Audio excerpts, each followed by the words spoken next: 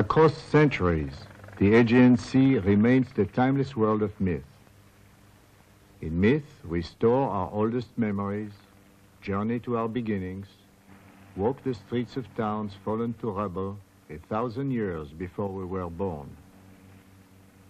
Anchored at Dia, a small bare island off the north coast of Crete, the Calypso too will make such a journey, backward into time.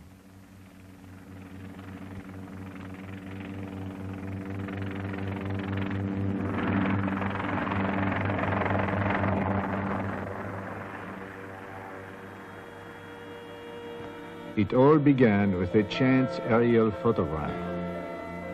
I had, of course, encountered the Atlantis legend in many places. Indeed, my son Philippe traveled to the Azores, Coco Island, Bimini, and elsewhere to investigate claims that each is Atlantis.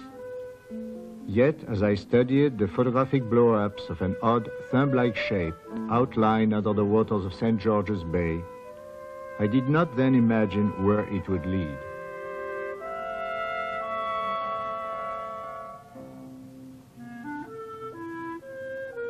I hardly suspected that soon I too would find myself embarked on a new quest, pursuing a myth, without familiar landmarks or stars, searching for the long-lost civilization of Atlantis that many still believe lies buried under the sea.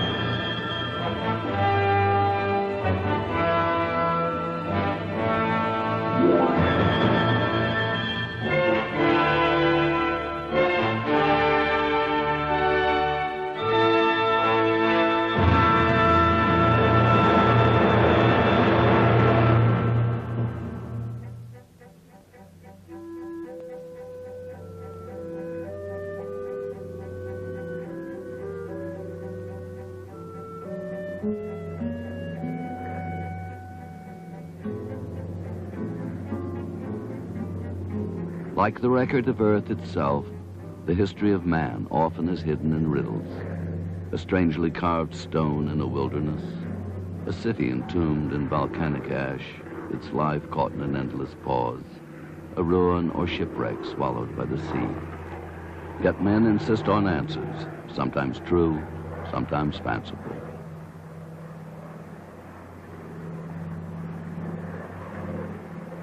In the clear waters of the Bahama Shallows off Florida, Philippe Cousteau and his airborne team will find both. Beneath the wings of the PBY, a perfectly round islet lies like a stain on the sea. Here, submerged sandforms are constantly reshaped by shifting tides and currents. There, a broken line of coral reefs.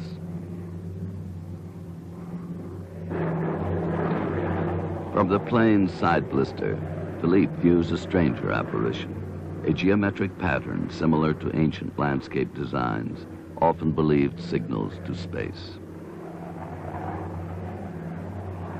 But the intersecting dotted lines are only the seismic blast holes left by survey teams searching for oil.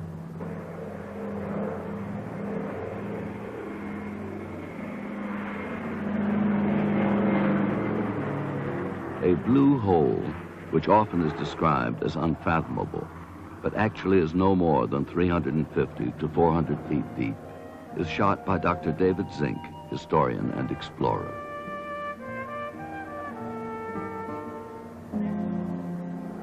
Near Nassau, the travelers see the rectangular underwater structure, long imagined by casual observers to be the ruins of an ancient temple.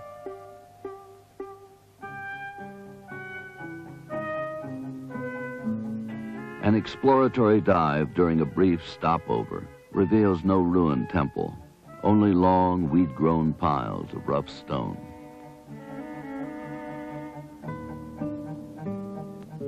It is, in fact, says Dr. Zink, a pen or so-called kraal, similar to other enclosures in the area, once used for the storing of sponges, but long since abandoned.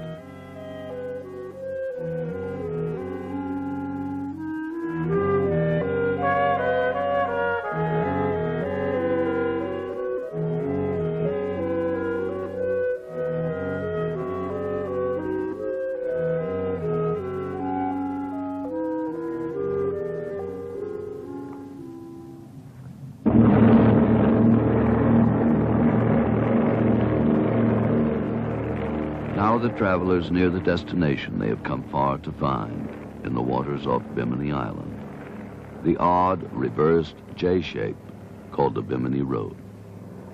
Though it has been surmised that much of the construction or its surrounding area still lies concealed under the shifting sands of the bottom, more than a third of a mile, the length of 6 football fields, lies clearly defined, a puzzle with no easy answer.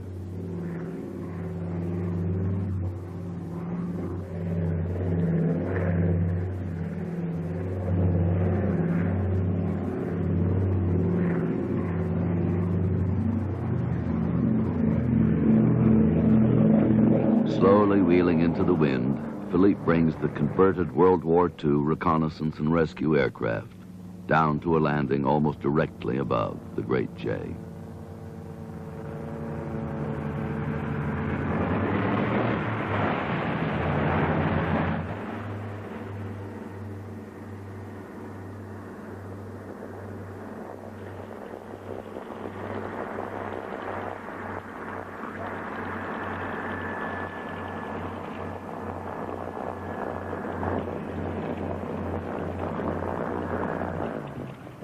Now seaborne, the versatile flying boat becomes a headquarters for aquatic exploration.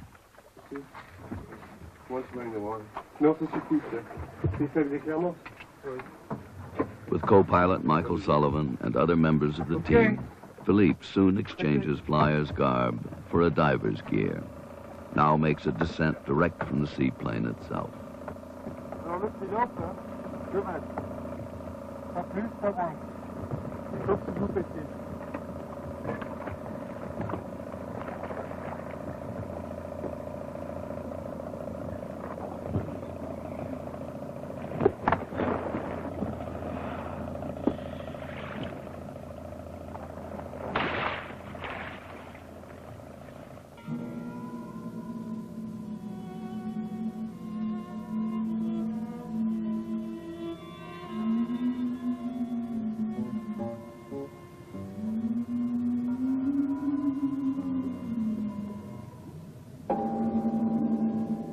Guided by Dr. Zink, the divers move through the warm, shallow waters, hardly 15 feet deep, at last reach the so-called road itself.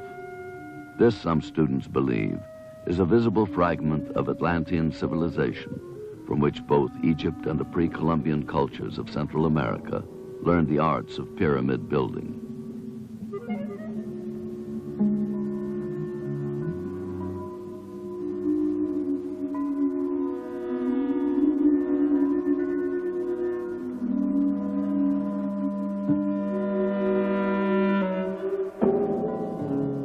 Those convinced that the road is the work of megalithic builders in early historic times argue that only a highly skilled human agency could have chiseled the square edges of these 15-ton stones and assembled them as a pavement, bearing no natural relationship to the bedrock.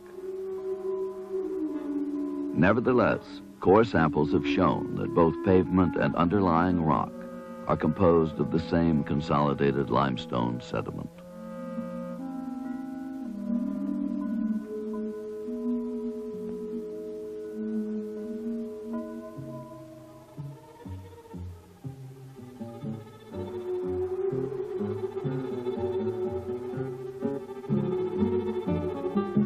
Atlantis or no, the structure today is guarded by nothing more than an occasional poisonous rockfish camouflaged among the stones.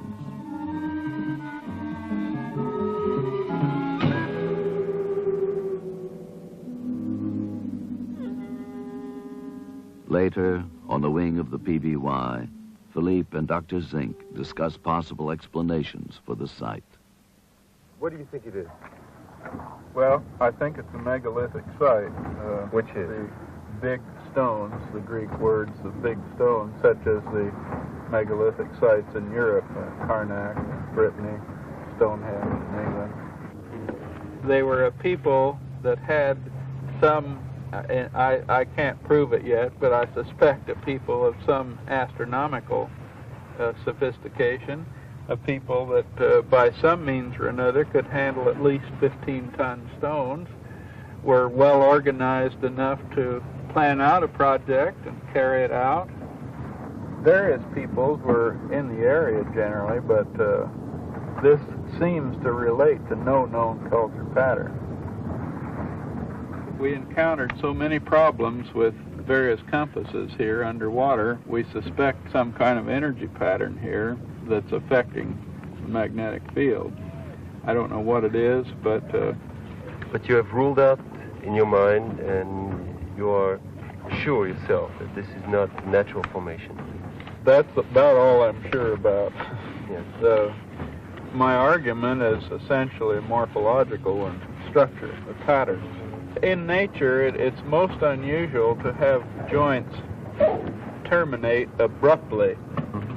We would expect, if this were a natural formation of beach rock formed in place here, we would expect it to have a little more substantial relationship to the bedrock. And as you saw, it does not. We're often little stones supporting, leaving a space under. The horseshoe, of course, it opens to the northeast. It is, you saw the extension, which makes it into a horseshoe, taking it out of a reverse J configuration and in more of a horseshoe or hairpin kind of opening to the northeast. Here's where the fracture is, and here's where the transition from large stones to small stones. Yeah, and the 5 across, too. 14 single stones here, and 5 across here. But here we have 6. 6 following after, yes. I'm not claiming this is Atlantis, but this is an interesting coincidence. Plato claimed that the Atlanteans honored every 5th and 6th year alternatively. 5 and 6 then were sacred numbers, apparently. So this is one of the coincidences here. You said, I think, once that this might have been the origin of the legend of Atlantis?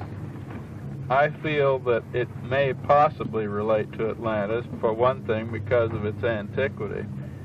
But if I speculate in that direction, to me it makes no sense as anything but some kind of outpost or colonial outrider, so to speak. Do you think it's possible that Plato would have made it up entirely? Anything is possible, but, well, in a time of difficulty, in a time of agony about the present and the future, it's so easy to look to a golden age, you know, and it's comfortable psychologically. It's a rationalization, in short. Well, that's one way to interpret it. But there are other ways. What would be the impact if it was found? The impact, of course, anyone who has the slightest interest in Atlantis is interested in it because of its impact, and its impact essentially would be, I suppose, look out, maybe you'll go down the drain too. You know, a highly sophisticated civilization can fail. Despite its many forms, the Atlantis legend has but a single source, Plato, who told of a rich land beyond the Pillars of Hercules, its capital city ringed by canals and inhabited by a people noble and wise, all shattered and sunk in a single day. Though modern ocean mapping has found no suitable scar, Cousteau points out that man's invention has imagined Atlantis almost anywhere. Easter Island in the south and Coco Island in the north are thought fragments of a Pacific continent called Mu, a variant of the Atlantis legend. Bimini in the West Atlantic, the Canary Islands off Africa, the Azores, the Atlas Mountains of Morocco, Helgoland off Germany in the North Sea, the island of Crete in the Mediterranean. For each, ardent supporters have argued its claim to be Plato's earthly paradise. But always the evidence is implausible or contrary to known fact, or at the least, insufficient. At Easter Island, the Akus are mute witnesses of a turbulent past, but hardly the history of Atlantis.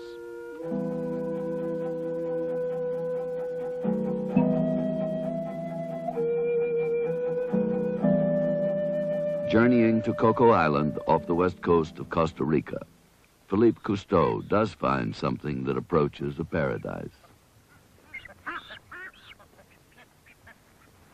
Everywhere, the island is green with luxuriant growth and flowers, the air filled with tropical birds, its landscape hung with misty waterfalls. Yet it bears little resemblance to Atlantis.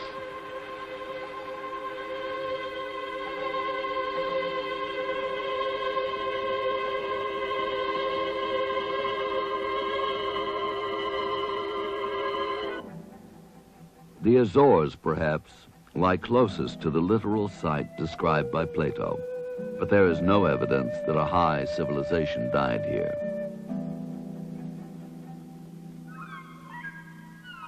The great flights of birds, sometimes circling a point in the South Atlantic, hardly prove, as some insist, that they seek the sunken Atlantis, once a resting place on their migratory route to South America.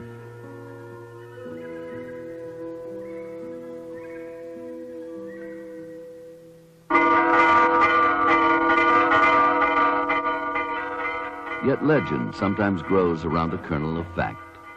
Myth often serves a continuing human need, a faith to buttress man against adversity. On the north coast of Crete, at Epiphany each January 6th, the people of Heraklion follow their guardian priests in solemn procession to perform an annual ritual.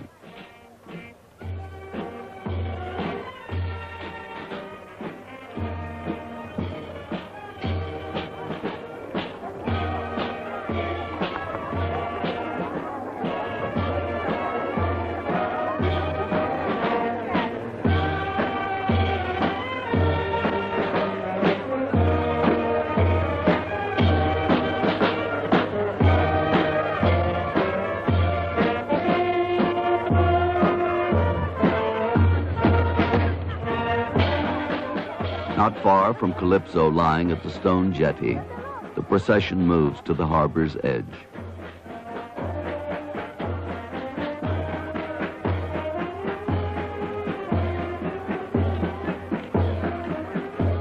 There, as the blessed cross is thrown into the water and quickly retrieved, the people celebrate a communion with the sea, ancient long before Christianity.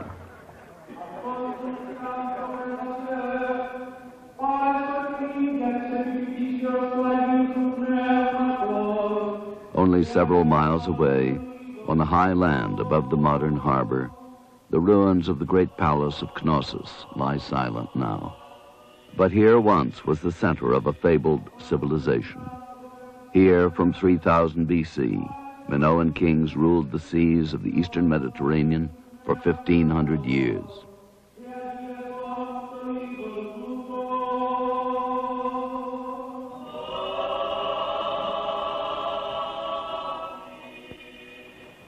Yet oddly, they had no safe harbor then along a coast swept by the fierce northwest wind, the Meltemi. As a mariner, Cousteau finds the paradox intolerable. To rule the seas, one must have a safe and ample port. But where? The island 7 miles away?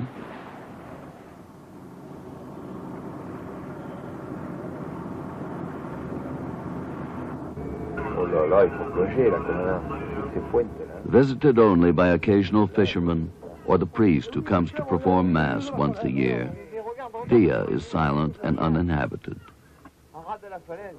Yet as Cousteau observes the bays of its deeply indented southern or leeward side, he feels a gathering certainty that ships have found shelter here since early times. No sooner has Calypso dropped anchor than the diving team prepares to make its first exploratory descent from the launch, hopeful that history has left its evidence scattered upon the bottom. Albert Falco, the chief diver, is particularly eager. From an earlier dive in the waters off the island years ago, he remembers a glimpse of a copper plate near a half-buried ancient galley.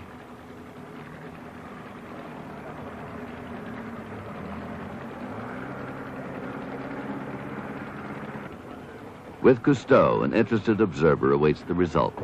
Dr. Crete, archaeologist and representative of the Greek government.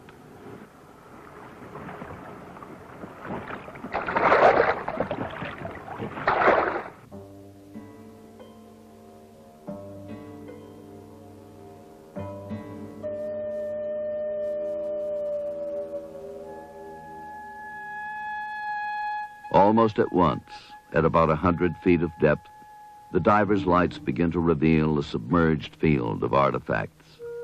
The scattered array of pottery and miscellaneous debris from hundreds of years of trade, war, piracy, and casual accidents of the sea.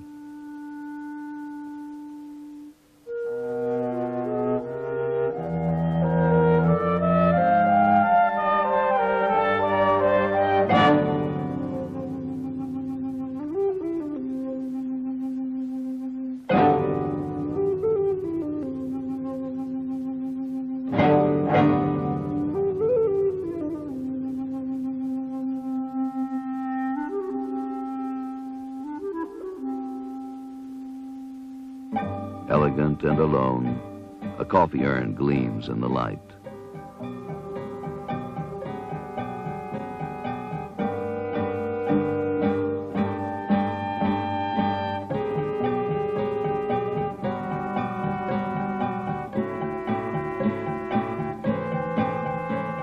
Everywhere, it seems, jars and amphoras from periods as far back as Roman times lie half embedded in the sediment of the bottom.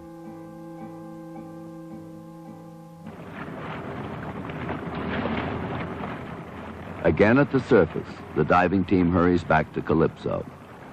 Even at a distance, seen from the deck of the ship, they hardly appear as bearers of bad news.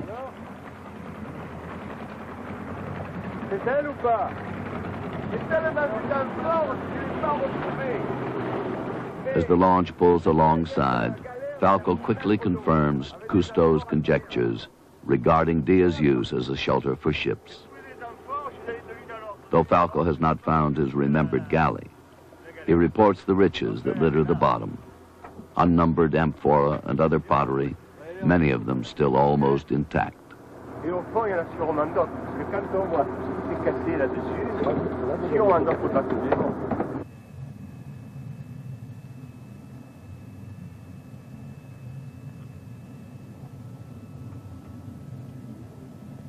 Immediately, Cousteau joins the search.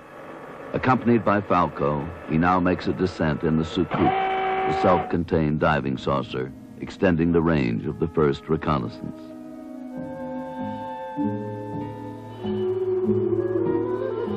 At 120 feet, there looms from the bottom the coagulated cargo of a Roman shipwreck, dating from the 1st century after Christ.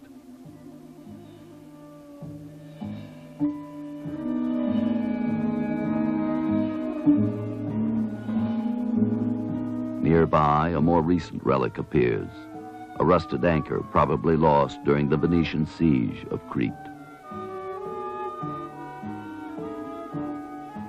In bay after bay, reefs of pottery mark the sites of other sunken ships. Clearly, over a period of at least 2,000 years, Dia has been a crossroads of maritime traffic in the eastern Mediterranean.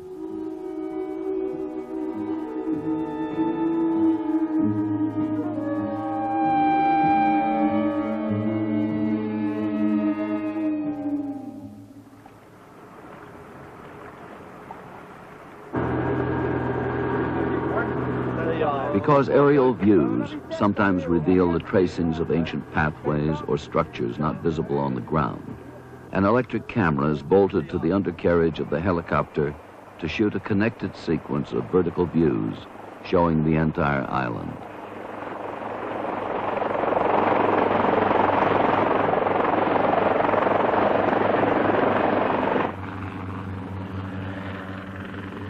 From the air, the stony hills and sheer cliffs of Dia suggest little possible connection to a myth of Atlantis.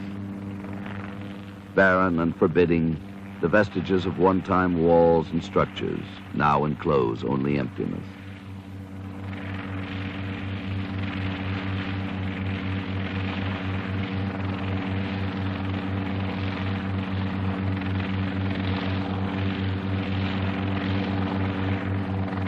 Amid the rocks grows a thinly scattered vegetation, barely enough to provide forage for the small bands of Crete, an endangered species of wild goat introduced on the island in what may be a futile effort to save it.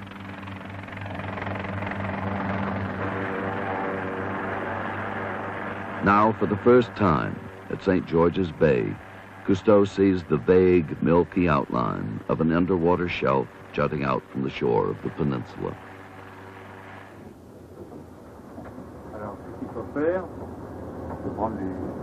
With Falco and cameraman Carco Pino in the wardroom aboard ship, Cousteau performs the painstaking task of joining the helicopter pictures in a complete mosaic of the island.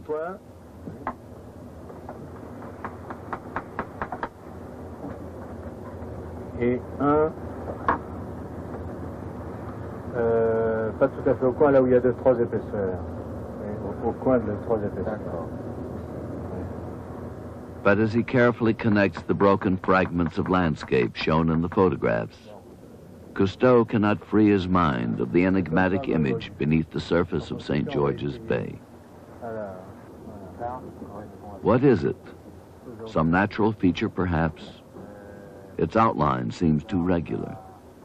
More and more, Cousteau surmises that the underwater structure was built by human hands. Il vaut mieux commencer par la plus basse, celle qui est à 37, 32. Non. Et le pendeur. Ah, le pendeur, puzzled by the mysterious thumb shape, Cousteau now prepares to make an extended dive in St. George's Bay with Falco, Yvon Jacoletto, and Bernard Delamotte. Que personne ne se fasse coincer sous le cadre quand il arrivera au fond.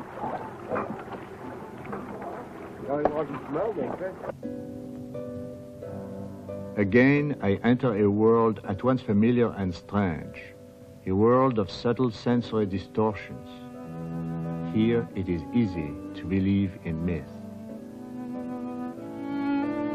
As we slowly pass over the weed-grown site, it is soon apparent that this is no natural formation. But what could be the purpose of a submerged, man-built mound, rising 65 feet from the bottom at its outer extremity? I can only assume that it stood out of the sea in ancient times, when, by modern calculation, the level of the Mediterranean was 10 to 15 feet lower than now.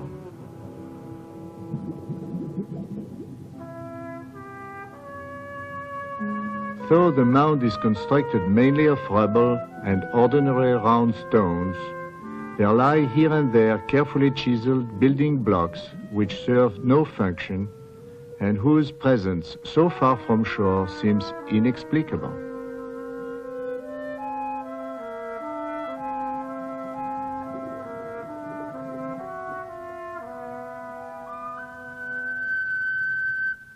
Together, Bernard and I swim along the lateral wall, pause briefly at a wide furrow that breaks the slope.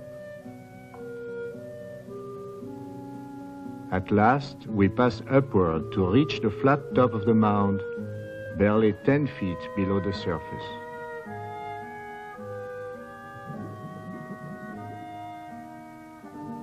Abruptly, all is clear. We are on the wide expanse of a rounded jetty. Along its sides and in the water beyond, The harbor is crowded with broad-hulled merchant ships and even sleek war galleys of a dozen nations. On these stones jostle men of Egypt, Syria, Macedonia, and Sicily, working, trading, gambling, gossiping, so often they share a mutual vocabulary of hardly half a dozen words. This warehouse, whose remnant wall we measure, is crammed with bales of wool and fiber, with rows of amphora filled with oil and wines and salted meats and spices, for certainly here is one of the great intersections of the ancient world.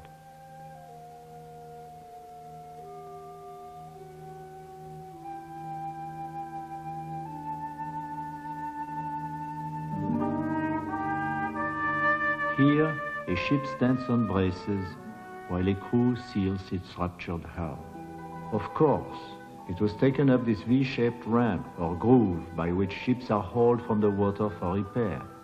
And surely for such a harbor there must have been a large town, walled no doubt against the pirates that infest the seas.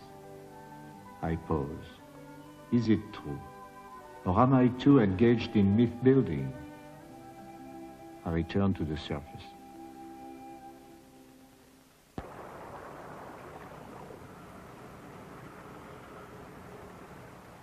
Based on the mosaic, Cousteau has prepared an overlay showing the port and its huge fortified wall, nearly all now erased. Could it have been brought down by the legendary eruption at Thera to the north, which some believe caused the downfall of Minoan Crete? Perhaps, but as yet there is no proof that Dia existed at the time of Knossos.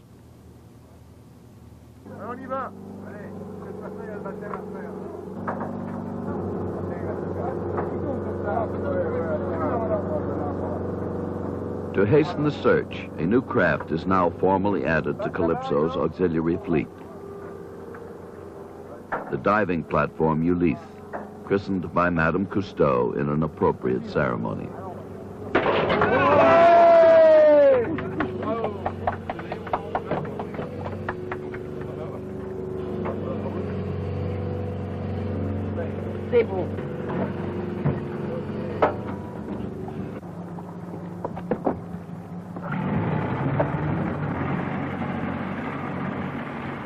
Later, tricolor flying, the raft is taken on its maiden voyage across the bay to the site of its first mission.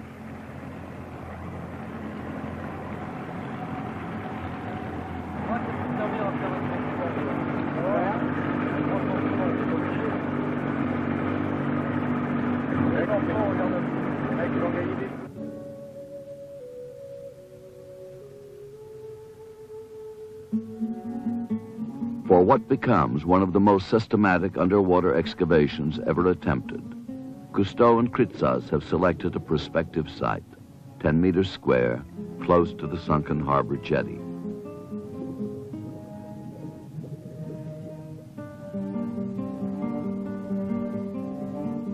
Led by Bernard Delamotte, the divers prepare the area, sinking stakes at each corner for the strings which will mark the boundaries.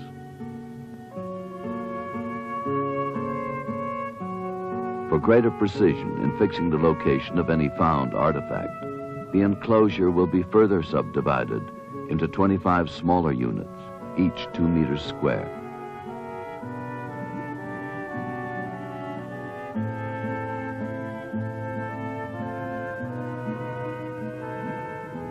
As the area at last is ready to be cleared for the dig, a large frame with 2 triangular supports is lowered into position on the bottom. Sliding along its crossbar, cameras will make stereoscopic photographs of each stage of the excavation.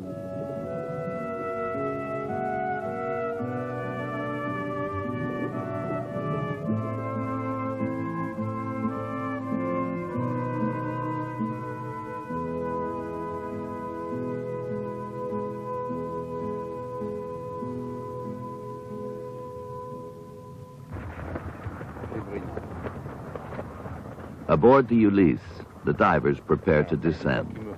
This time, instead of the usual individual air tanks, they will depend upon a hookah, a system of multiple hoses whereby each diver draws his air from a common source, fed by a compressor. To test how well the filter is working, they sample the product, with varying opinions. Delamott calls it mountain air. Ah, il est bon, hein? Petit coup?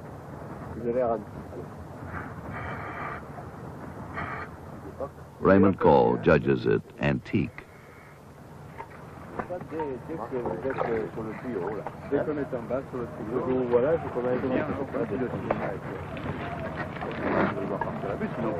But soon, complaints forgotten. The suction pipe is lowered, the team suits up and plunges to the work site below.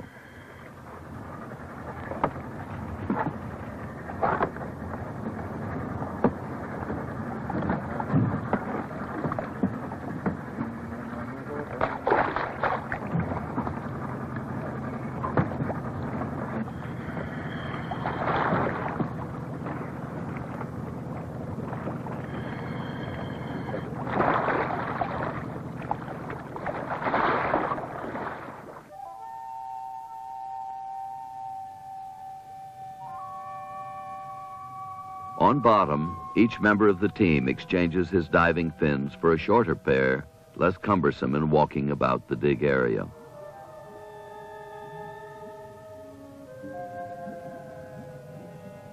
To counteract his natural buoyancy and prevent him from bouncing as he walks, each man wears a 20-pound weight at his groin to hold him down.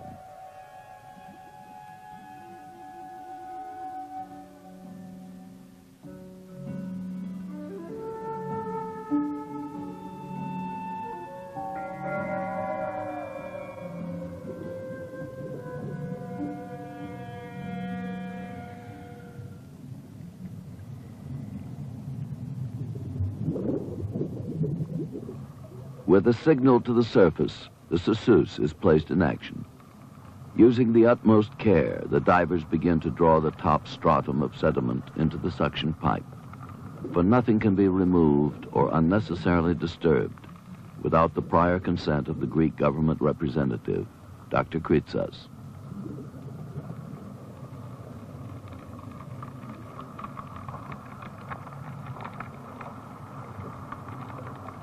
To retrieve even the smallest artifacts, the sediment and water are flushed through a strainer aboard the diving raft. For each 12-inch layer, more than 1,000 cubic feet of dirt and sand must be sifted.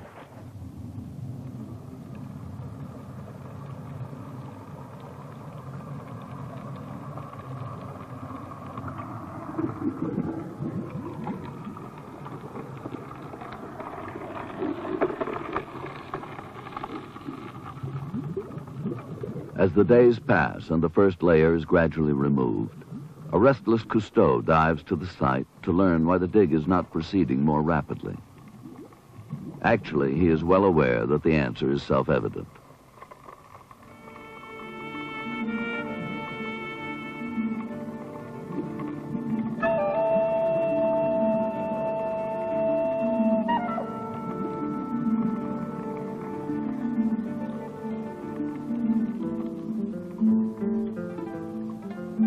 Amid this alien intrusion, schools of little red mullet veer to and fro. More distant, a spirograph or tube worm tosses like a flower in the spring breeze.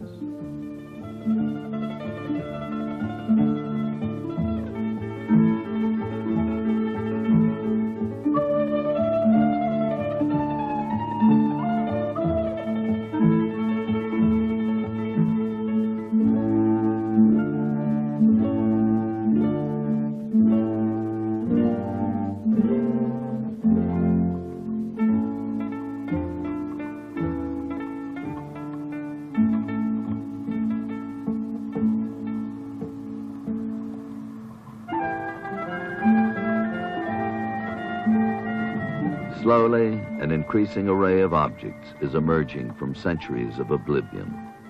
Yet each is left in place until it can be labeled, charted, photographed, and drawn.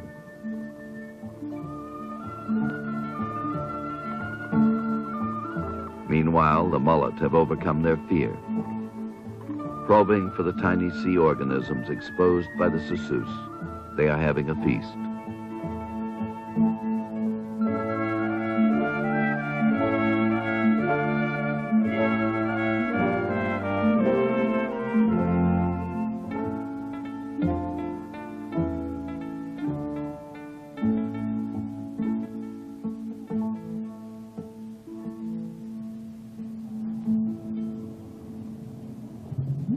After the first 12-inch layer of sediment is cleared, a crowded segment lies exposed.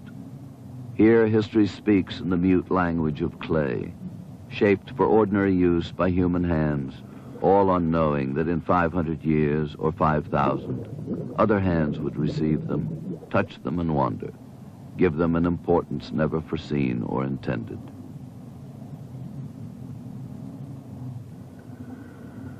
Nevertheless, the cameras are recording a growing visual diary.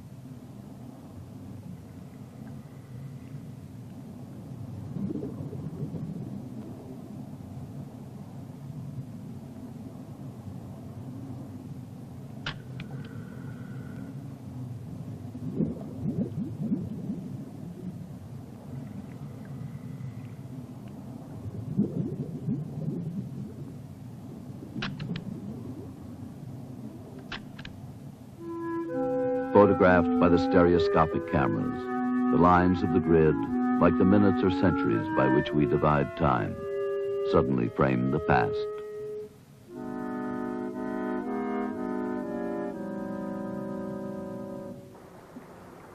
At last brought to the surface, each piece, broken or whole, is measured, catalogued, and again photographed by Dr. Crete and his assistant. Και διάμετρος σου ζωμένη 16.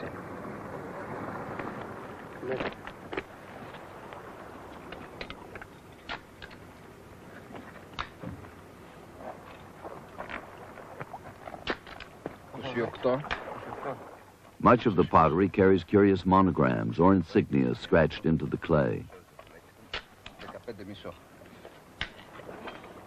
These Crete carefully traces for further analysis by himself and other classical scholars, while nearby his volunteer helper prepares a drawing.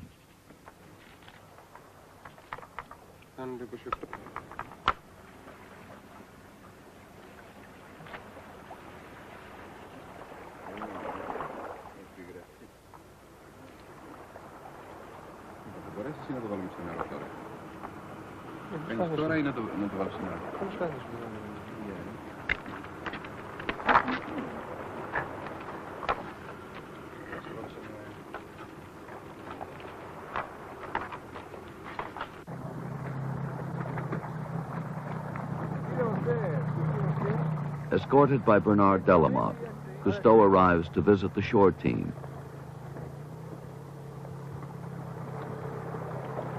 Bonjour.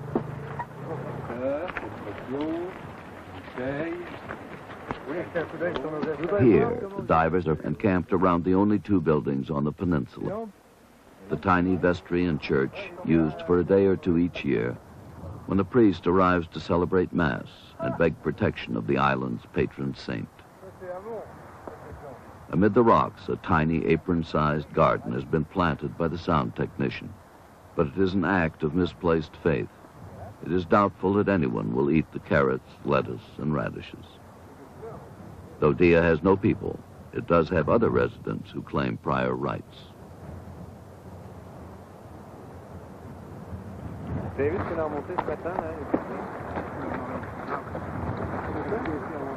By a tantalizing paradox, each discovery seems to open a new mystery. Displaying the artifacts brought up from the deepening excavation in the bay, Crete and Delamotte explain that all have been found above a curious bed of gravel that extends through the site and seems to serve as a dividing zone between eras. Avant d'arriver au gravier. Sur le gravier, c'est posé sur le gravier. Posé sur le gravier. Il y en a quelques-uns. Presque les carrés commencent à se remplir. Quelques morceaux vont commencer à apparaître. Ça, c'est que la surface, je crois, non? Ah oui, c'est la surface. Pratiquement la surface. With few exceptions, most of the pottery recovered above the gravel stratum belongs to the Byzantine period in the Christian era, including several ingenious pitchers with a built-in strainer at the neck.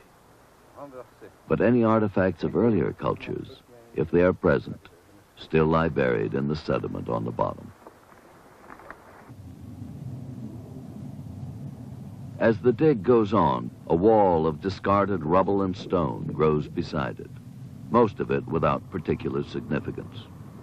Yet again, Cousteau is struck by the increasing numbers of building stones that have been encountered.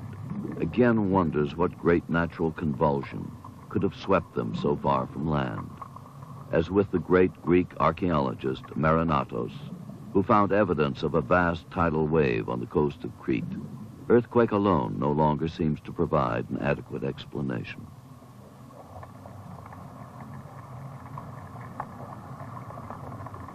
Week by week, the Sassus digs its trenches deeper into the successive layers, always repeating the regular procedure of mapping, labeling, photographing, and drawing.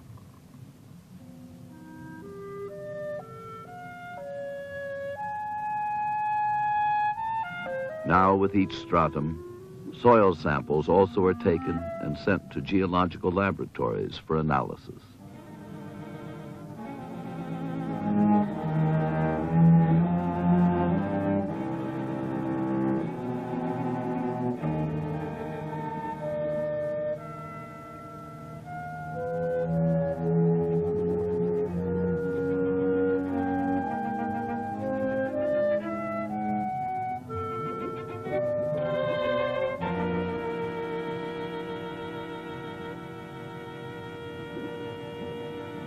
More readily identified, a growing treasure of amphoras, bowls, and pitchers are sent to the surface in the recovery baskets.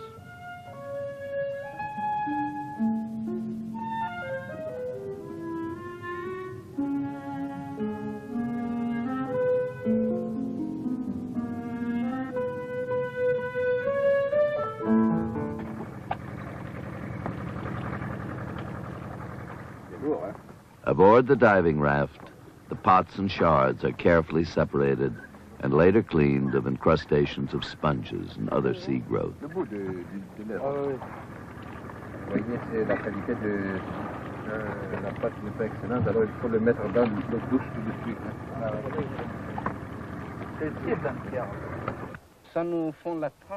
Examining the recently recovered artifacts with Delamont, Knossos explains that with each stratum excavated, the dig is probing deeper and deeper into the past.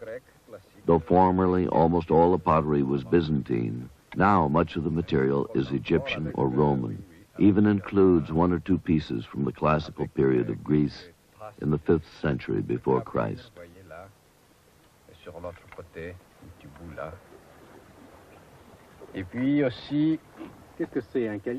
Clearly, the pots represent a transitional period to an earlier culture. But of Minoan artifacts, there is no sign. The falcons rule the sky over Dia. That is their illusion. Actually, these falcons are a dying species. Like the wild goats, the Crete, they exist here at the pleasure of man. Most contradictory of creatures, he alone creates sanctuaries for his victims. For himself, there are no sanctuaries against his follies. Yet, as I look at the barren landscape, once timbered and green, I cannot believe that man alone created this desolation. I remember the legend of Atlantis' sudden destruction, the belief of some scholars that Minoan civilization, centered in Crete, may well have been the model 900 years before Plato for the Atlantis he described.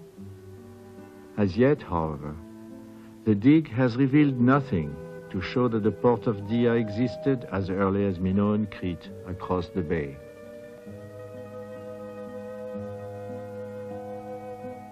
At the bottom of St. George's Bay, the excavation is coming to an end.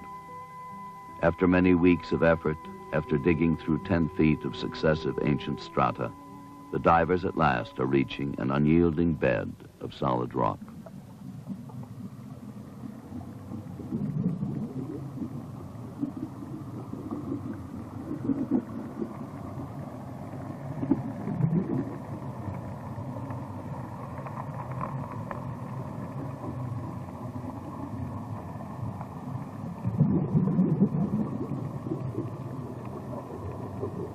It is here, at the greatest depth, that the first evidence of Dia's earliest origins are found. A cup that clearly belongs to the Minoan epoch. It is the most important single artifact recovered at the site.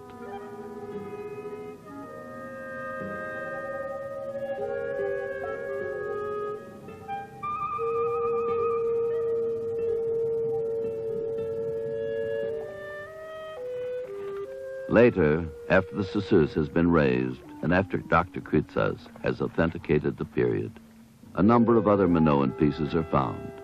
Not many, for in those early times, men were less wasteful in discarding possessions than later civilizations which would invent planned obsolescence.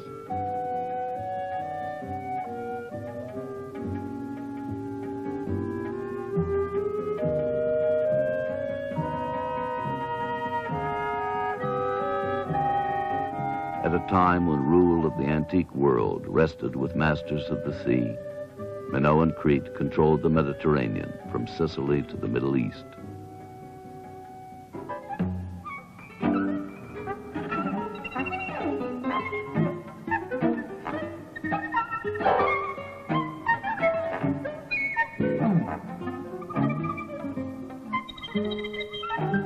A starkly simple, unadorned cup reaffirms that as early as Minoan times, the key to Crete lay in the port of Dia.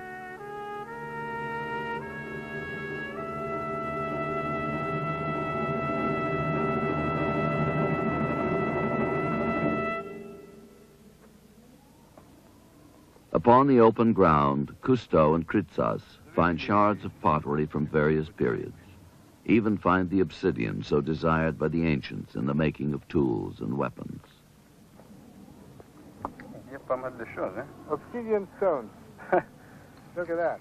But if Dia was port and military outpost for the Minoan kings at Knossos in Crete, do the building blocks at the bottom of St. George's Bay indicate a natural disaster that left Crete defenseless and caused its abrupt decline? Was Minoan Crete Atlantis? Perhaps, but there is a flaw. Unlike Atlantis, Crete did not vanish under the sea. We are at the top of this desert island, you know. It's amazing that we find so many things around these ruins. And who could have built this here? There are heaps of stones that probably were much higher in the past. And what amazes me is this big flat stone over there. You think it's and not natural? Here. I don't think it's natural. I think it has been, it's probably natural, but it has been Flattened. flattened. I cannot help looking at this desert to be baffled, to be absolutely bedazzled. So close from Crete to find remains of civilization and no vegetation. Do you think it has been always that way? No. I don't think so. No. I'd like to have seen it in antiquity.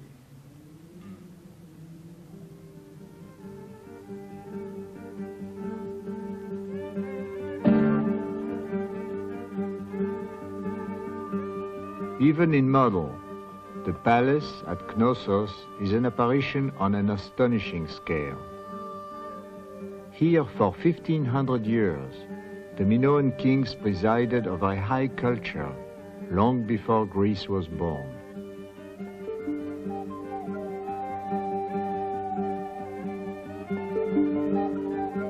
In these porticos and terraces, these courtyards and balustraded stairs, existed the centered aristocracy of a rich and talented civilization that would lie forgotten for 2000 years. Here were born the legends of the bull worshippers, of Theseus' slaughter of the Minotaur, and of his escape from the palace labyrinth, led by Ariadne's thread.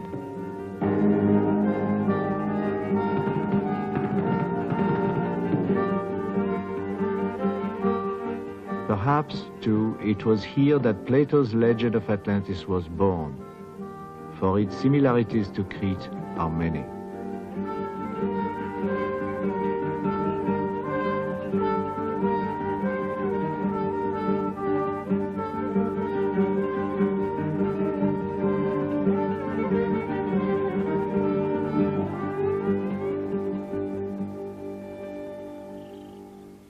Today, Knossos is a silent ruin, buried and unknown, until the English archaeologist Evans began clearing the site at the turn of the century.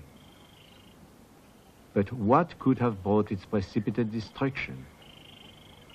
All civilizations, like man, ultimately falter and die, by the infirmities of old age, sometimes by their own blind arrogance, sometimes, as in the legend of Atlantis, by a natural calamity.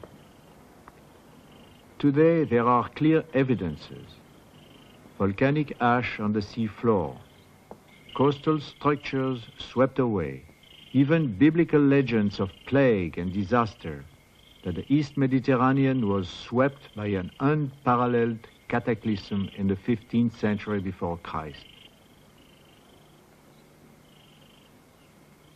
To learn the answers, Calypso will go farther still through the Aegean and on to the island once shattered by what has been called the greatest explosion ever heard on Earth.